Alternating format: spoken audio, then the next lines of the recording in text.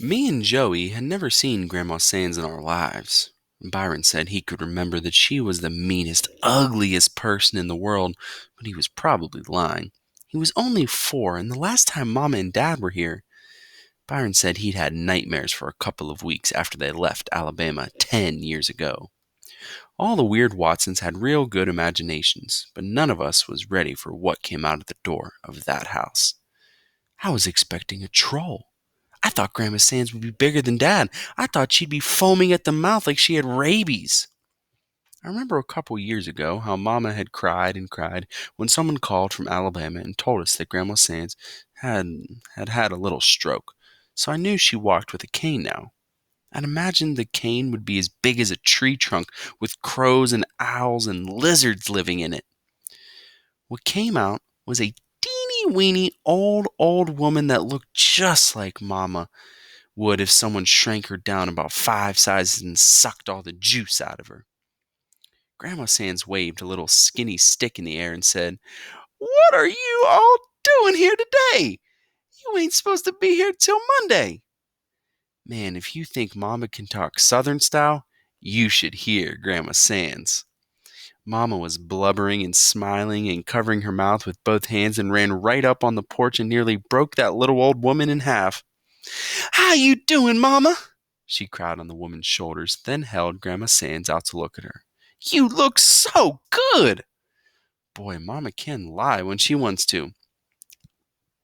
"Y'all came on over here and give your granny a hug," my Southern-style mother said. Me and Joey and Byron shuffled over in a little crowd, and when we got through pushing each other forward, I was at the front and had to go on the porch to hug Grandma Sands first.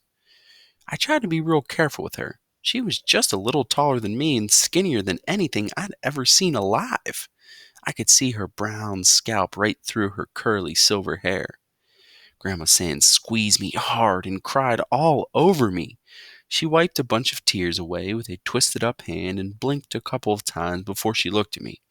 She was so short she didn't even have to look down. She tried to say something, but she couldn't talk. She just stuck her bottom lip out some and nodded her head up and down a couple of times, then pulled me back to her and squeezed me like crazy. Mama slapped the back of my head and said, "Kenneth Bernard Watson, you'd best just quit acting so silly and give your grandmother a good hug." I squeezed her a little. A smell like a baby powder came out of her when I did. I really think I could feel her lungs when I touched her back. I don't know what got Joey started, but she was off to the races with her tears. She was the only one who'd practiced what she'd say to Grandma Sands. She sniffed a couple of times and said, "Hi, Grandma Sands. It's a real pleasure to meet you." You could only about half understand what she was saying. She was blubbering so much. Grandma Sands matched Joey tear for tear. They squeezed each other for a while. Then Grandma Sands got her little squeaky voice back and said to Mama, "Lord, Lona, if this child ain't you, look at this baby, just as pretty and sweet as you." Mama and Joey grinned like two nuts. Byron was next. This what I dreamed about. They were the two meanest, most evil people I'd ever known, and I knew only one of them was going to come out of this alive. There was going to be a battle of something, like if Godzilla met King Kong, or if Frankenstein met Dracula, or like when champion wrestler Bobo Brazil meets the Sheik. I'd imagine that a week or two after we got back to Flint, we'd get a phone call from Alabama with the winner of the big battle on the other end. If it was Byron, he'd talk kind of cool and low out of the corner of his mouth and say, "Shoot, man, you better come get this old chick. I ate her alive." If Grandma Sands won the battle, we'd have to hold the phone away from our ear while she shouted, "Lona, you call this a bad child? This little saint is ready to come back north and go to Sunday school and scrub y'all floors."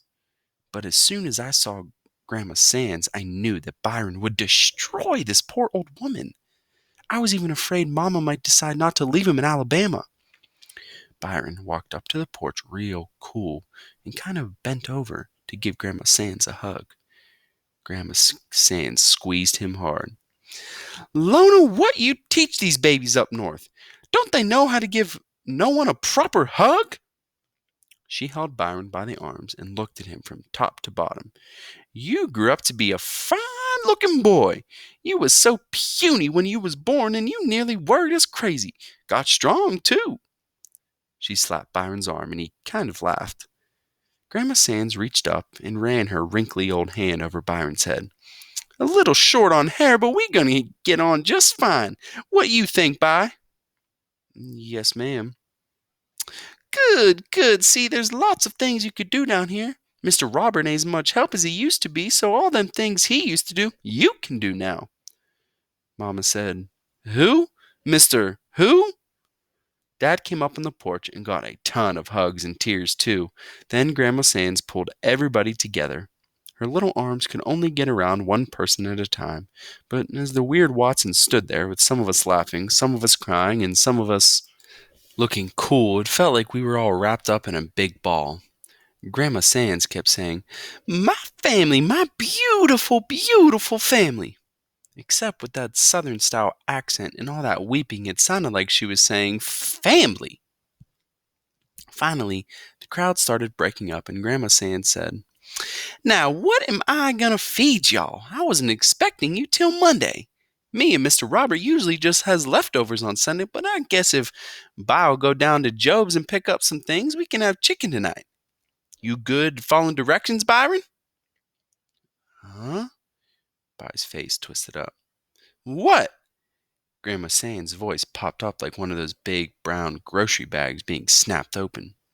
By looked surprised and said, "I meant, huh, ma'am? You good at following directions? Job's is a good little walk." I said, "He can follow directions real good, Grandma Sands. He's not as dumb as he looks." I shut up real quick and wished I hadn't said anything when Grandma Sands looked at me and said, "Lona, maybe there's two who should be spending the summer down here with their granny." Everybody started to go inside the ugly little house. Mama sounded worried. "Mama, who is this Mr. Robert?" Grandma Sands laughed, just like the Wicked Witch of the West, and said, "Honey, we got to talk. You just be pacing, and soon he gets up. I want y'all to meet him." "Soon's he gets up? Oh, Mama." Mama sounded real upset and disappointed, and Southern, but not as disappointed as me. The way Byron kept his head down and was smiling and saying, "Yes, ma'am, this, and no, ma'am, that," it looked like he had surrendered before the first punch was thrown. Instead of King Kong and Godzilla, it was like King Kong and Bambi. Instead of Bobo, Brazil, and the Sheik, it was like Bobo, Brazil, and Captain Kangaroo. Instead of Dracula and Frankenstein, it was like Dracula and a giraffe. And Byron was all neck. He knew exactly what I was thinking. After Grandma Sands gave us directions, Byron looked at me sideways and said, "What the hell are you staring at?" I just shook my head. "What do you expect?" I said. "You seen her? That bird's as old as dirt. She's so old that I bet she used to step over dinosaur turds. I ain't got half her death on my hands." I knew that was a lie. It seemed like all of the fight was out of Byron, and we'd only been in Birmingham for a couple of minutes.